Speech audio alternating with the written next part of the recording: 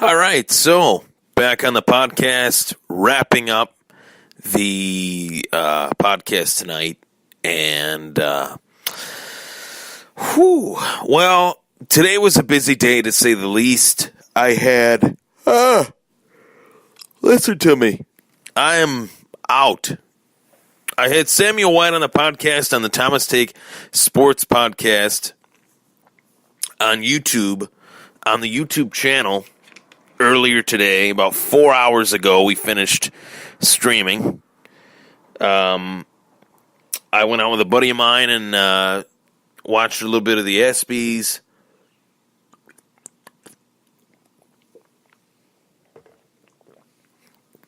Excuse me, and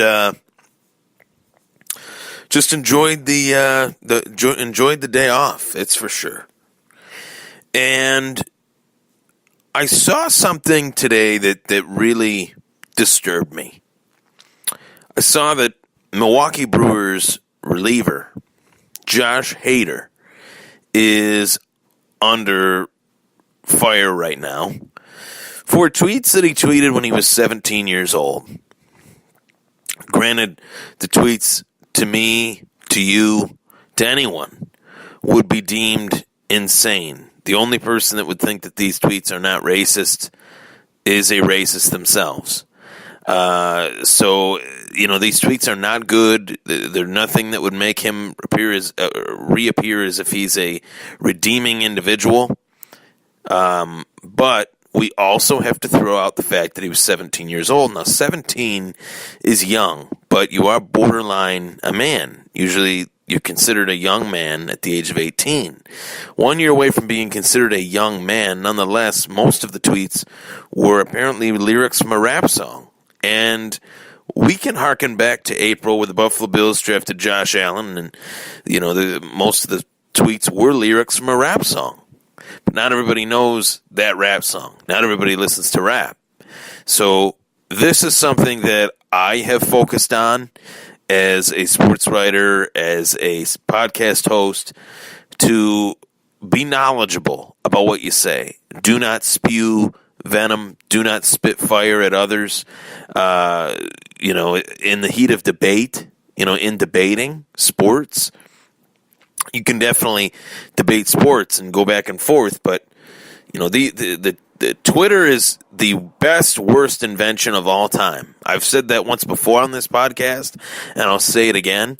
It is the best, worst invention ever. The best invention ever because it allows you to communicate with friends, family, whatever, people that you never thought you'd talk to. And it's the worst because of the fact that once everyone has a Twitter, they're approved, they got their name, they got a few followers, they feel as if they can say whatever the hell it is that comes to their mind. And once they hit tweet, that everything will be all right. If people don't like it, they'll just skip over it. It is what it is. You're living in a fantasy world if you think that you can have a Twitter and just tweet whatever you want and tell people your opinion from your Twitter, using Twitter as a platform to do that. And in doing so, just saying the most ridiculous things that Josh Hader was tweeting over 10 years ago.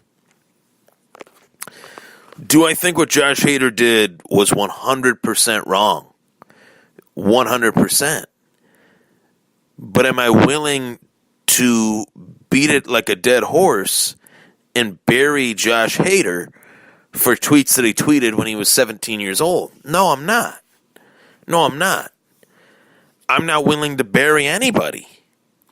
And despite the fact that Josh Hader tweeted these tweets that were definitely racist, definitely insensitive, morally disgusting, do I think he should be released, traded, or suspended? No, I don't. And the headline is, Josh Hader and Roseanne Barr have something in common. What I mean by that is, Roseanne tweeted some of the dumbest stuff I had ever seen, predating her attack on an Obama advisor or whoever it was. I don't know the full story. I'm not really into the politics. What I am into, though, is mental illness, fascinated by psychology in sport. I'm fascinated by psychology, period. And it is well known around the comedy circles that Roseanne Barr has a serious problem. She has a problem with Ambien. She has a problem with drinking. She really flies by the seat of her pants. And she had tweeted much worse stuff these last few years before ABC gave her the platform that she had previously had with her own show, number one sitcom in the world at that point, Roseanne. And that show comes back and it is gone in the blink of an eye due to tweets that she made. Whereas if ABC had done their research and looked further down the Twitter of Roseanne Barr, they would not have brought her show back. I want to make that clear. Had they looked at her Twitter beforehand, before deciding to do business with Roseanne Barr again, they would not have brought her back. Part of the appeal in Roseanne the show and in Roseanne Barr the person is that she's wacky, she's zany, she's funny. But she took it too far with those tweets. And she offended a lot of people. And with that, in 2018, comes a career death sentence, which that I do not think is necessary. When someone makes a mistake, and that's what it was a huge mistake. Someone makes a huge mistake, they apologize or they don't. Their initial reaction is usually one of panic in the apology or in not apologizing. There's panic involved in that. What I mean by that is people don't really initially know what they're gonna do when they do something wrong. They react rather than think and react. And Roseanne reacted in a way that was, well, I took my Ambien. I'm not supposed to be taking that late and on my Twitter. Ambien is a powerful drug. So if she's popping an Ambien or two in and going on Twitter, that is like putting gasoline on a fire and not expecting it to spread. That is just insane. For Josh Hader, referring to the fact that you're 17 is only going to get you so far.